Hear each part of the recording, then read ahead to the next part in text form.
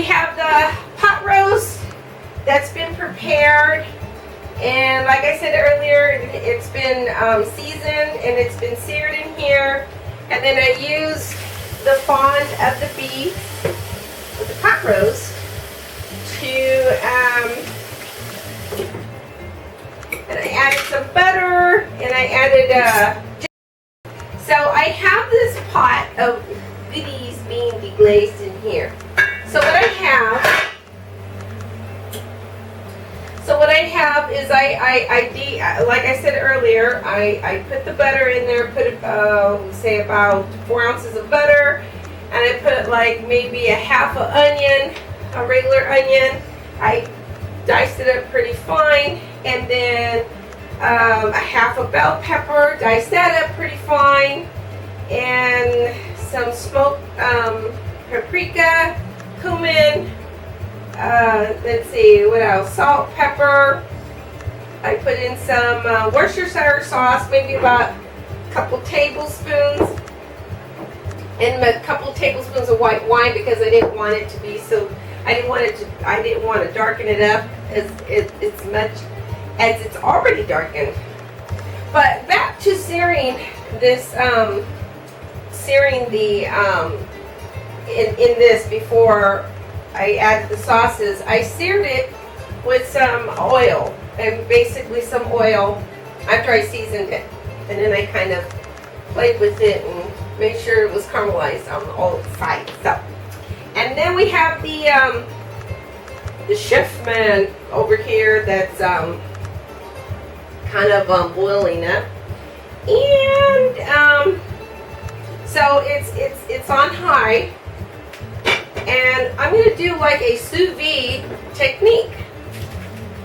And then I mentioned the tomato, crushed tomato. I put some crushed tomato. So before I do that, I'm going to remove the bay leaves. Put them here. I have 3 bay leaves. Got it. Found it. The bay leaf. So I'm going to put it all here. Put that in. And just kind of puree it. I want to get it kind of like a puree, just like tomatoes, as much as possible. I think it's so fun. Put a little bit more butter in there. It's almost like the beurre blanc technique, where you take off the heat and the butter will emulsify in a very thick manner when you basically are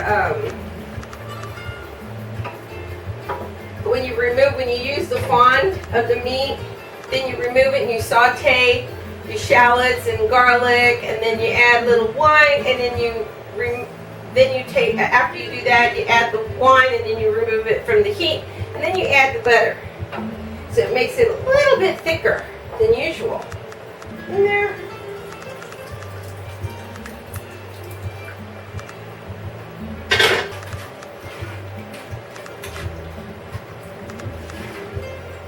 I want a nice clean sauce is what I'm looking for.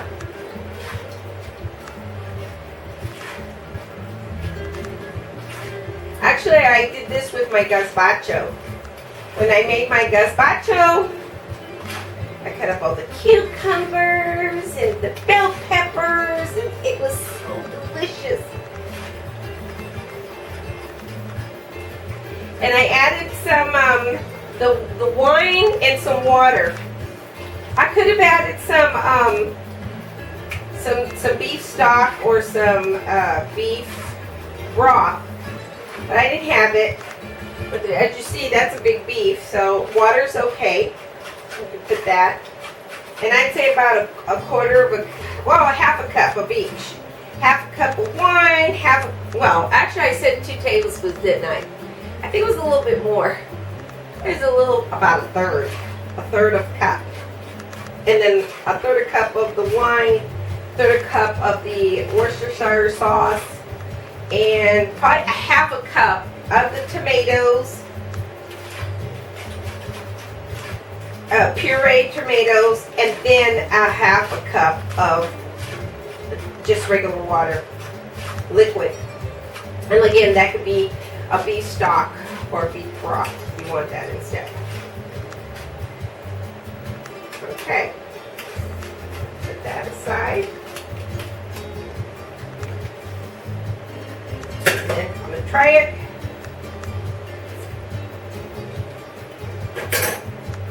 My goodness, this is delicious.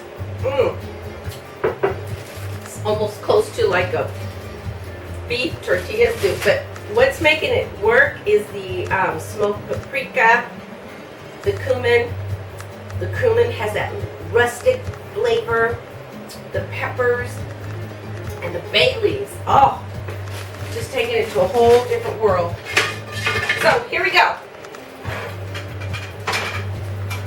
I'm going to take your beautiful piece of meat, stick it in there, put your thyme, rosemary, and those bay leaves that I had earlier. And then I'm going to add this sauce in there. Right? I'm going to take all the air out as much as I can.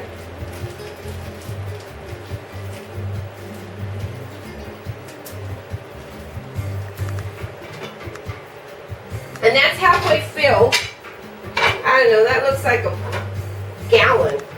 It might be a little bit more. So I'm going to stick that in there, like that. And then kind of ease that. You want to get all the air out as much as possible without getting the water in. Okay? And then I'm going to cover it up. Right? And I'm put on low. If you happen to have a sealer, which would be better. And just kind of, I'm going to stick that. That's going to be like a double bag.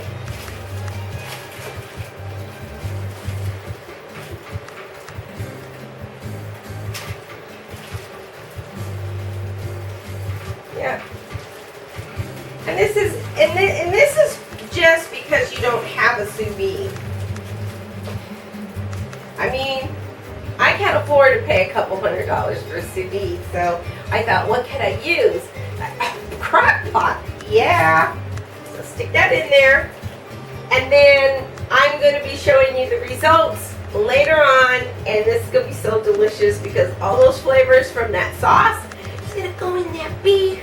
And it's going to have a party in there, and then it's going to be great for like whatever. You can serve it with potatoes, mashed potatoes, garlic mashed potatoes, or you could serve it in a tortilla, which is what I'm thinking. And I'll be talking to you soon. Okay, I'll see you soon. Ah.